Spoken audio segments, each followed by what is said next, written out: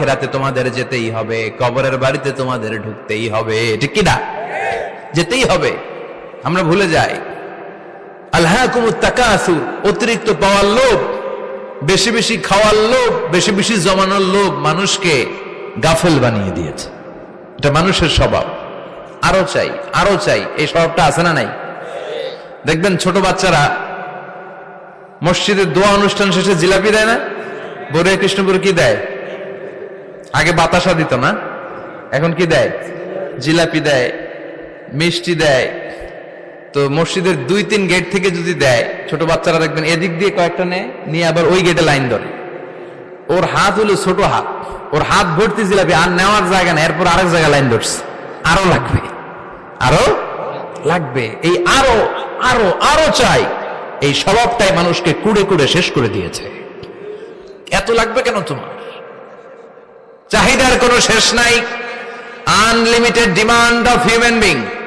যার আছে বেশি তার চাই বেশি। যার সাইকেল আছে তার হুন্ডা চাই, হুন্ডা আছে তো প্রাইভেট কার চাই, প্রাইভেট কার আছে তো প্লেন চাই, প্লেন আছে তো হেলিকপ্টার চাই, হেলিকপ্টার আছে তো ওইটা চাই, ওইটা আছে তো সেটা চাই, ঠিক কিনা? এলাকার মেম্বার যে হয়েছে চেয়ারম্যান হতে চায়, আছে না নাই?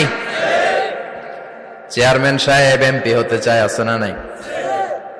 এমপি সাহেব মন্ত্রী হতে চায়, আছে না নাই? মন্ত্রী সাহেব প্রধানমন্ত্রী হতে চায়, আছে না নাই? কিন্তু এই দেশে সুযোগ নাই।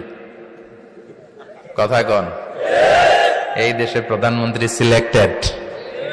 2-3 জনের বাইরে কেউ প্রধানমন্ত্রী হইতে পারবি না, ঠিক কিনা?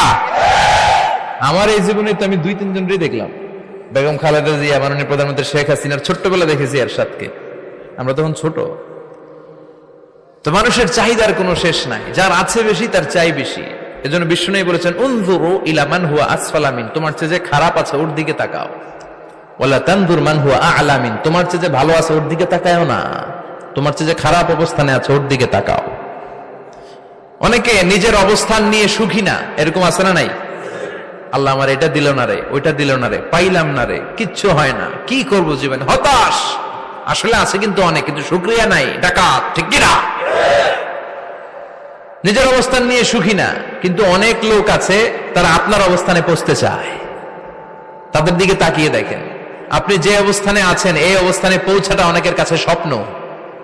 তারা প্রতিনিয়ত সংগ্রাম আর স্ট্রাগল করে যাচ্ছে আপনার অবস্থানে পৌঁছতে, আর আপনি এটা নিয়ে সন্তুষ্ট না। শেখ সাদির নাম শুনেছেন?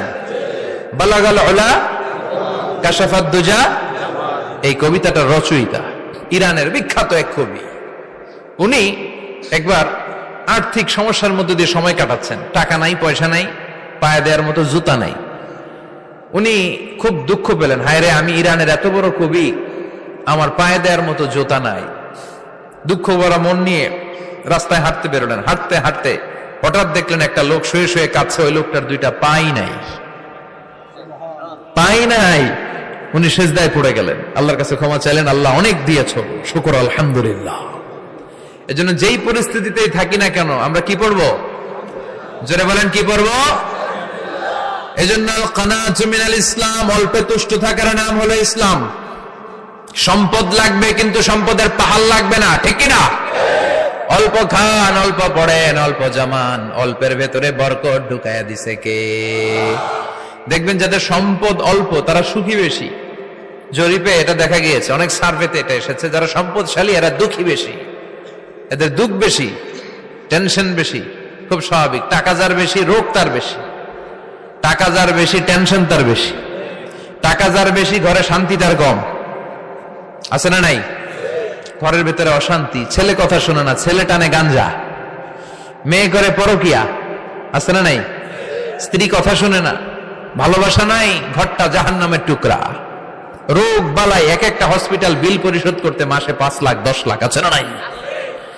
কিছু খেতে পারে না, ডাক্তার একেবারে ডায়েট মেনু বেঁধে দিয়েছে, ডায়েট, ভেরি ডায়েট মেনু, এটা এটা এটা এটা কিছুই খাবেন না, শুধু গরু খাবেন না, খাসি খাবেন না, চিংড়ি খাবেন না, খালি ঘাস খাবেন, ইচ্ছে মতো ঘাস খাবেন, মানে ঘাস জাতীয় যত আইটেম আছে সব খাবেন, শাক খাবেন, সবজি খাবেন, সালাদ খাবেন, গরু, চিংড়ি, মুরগি, গোশত, ইলিশ কিছু খেতে পারে না।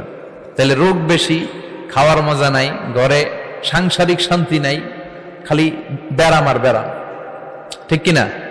কিন্তু সম্পদের পাহাড় ঘটেছে। আর অল্প যারা খায়, অল্প পড়ে, রিক্সাওয়ালা, কুলিওয়ালা, অল্প বেতনের চাকরি, কিন্তু হক হালালি মেনে চলে, দেখবেন শান্তি আছে অনেক। হ্যাঁ, বাসা ভাড়া দেয়, ফ্যামিলি চালায়, বাচ্চাদের স্কুল বিল, এরপরও মাস শেষে 1-2 হাজার টাকা হাতে থেকে যায়। আর ওর প্রতি মাসে 10 কোটি টাকা ইনকাম, তারপরও ব্যাংকের ঋণ আছে না নাই?